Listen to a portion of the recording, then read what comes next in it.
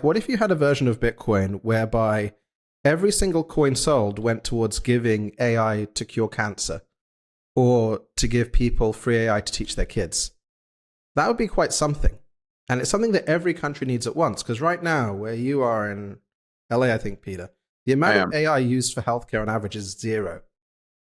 In 10 years' time, it will be loads, and that's loads of energy. What if we used all of that to secure a new type of Bitcoin, which turns out you can do it with 99% Bitcoin code? Yeah. And then every single coin sale goes towards helping people through open intelligence. That could be the highest dollar. And you can have exactly the same as Bitcoin. So it's not proof of work, it's proof of intelligence. I call it proof of benefit. Because what you want to do is start with something very straightforward. Universal AI. Give that to everyone so they can compete. Give it to everyone in an open form so you know what drives your healthcare, what teaches your kids, what organizes your government, what teaches your finance. The regulated industry should all be open source AI owned by everyone, powered by demand for high quality digital assets linked to intelligence. That's your gold of the next stage. And I was like, if you use that as a base, then it's really amazing, because that's stage one. Build a Bitcoin for the intelligence age. Then use that ledger to give everyone sovereign AI that they own, that's customized to them. What does your community say? And then what do you say about education, about healthcare, about these other things? Scale it into a permissionless, coordinated society, because then as it starts running, you do big sales, and then we have a supercomputer for cancer. Why don't we have a supercomputer for cancer today to organize all the cancer knowledge and make it available to everyone, or for longevity? It makes no sense.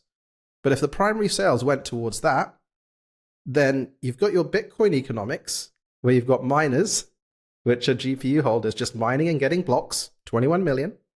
But then rather than burning it all in SHA hashes, instead you've got societal benefit that increases trust in your asset.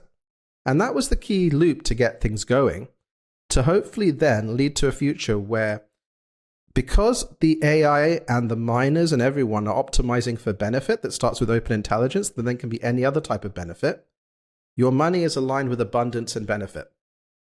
So you start at the highest level. Benefit for society right now is aligned, open source AI, free for everyone. AI is to organize our collective knowledge. Then you push it down with the miners. I love the vision, Imad. So who is providing the AI here? How do you go from where we are today to that vision? So I think the important thing here is the control plane for the AI. So what I did, we have about a team of 40 people, left Stability, almost all IX teammates. We created the world's best open source AI healthcare model. And it works on 8 billion parameters, which means it works on a Raspberry Pi. And it outperforms ChatGPT. Then we built the world's best agent framework that outperforms GenSpark and Manus and others, fully open source, works on anything, can do whole websites.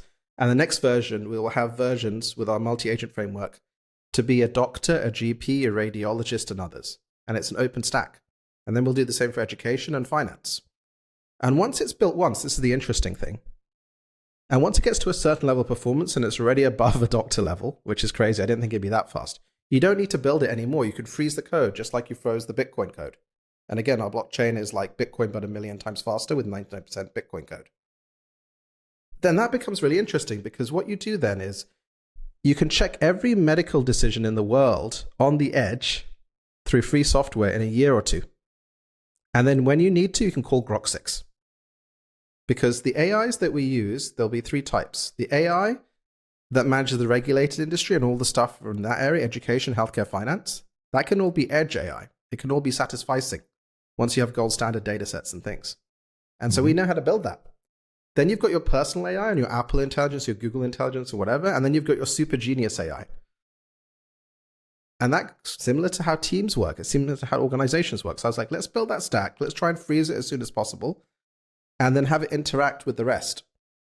And then that means the control plane in front of someone isn't ChatGPT or Anthropic, where you might have misalignment. It can be a commons owned by everyone, running the same type of code with data sets that are customized to each entity. Because that's what matters. The AI in front of your kid, the AI that's managing your healthcare.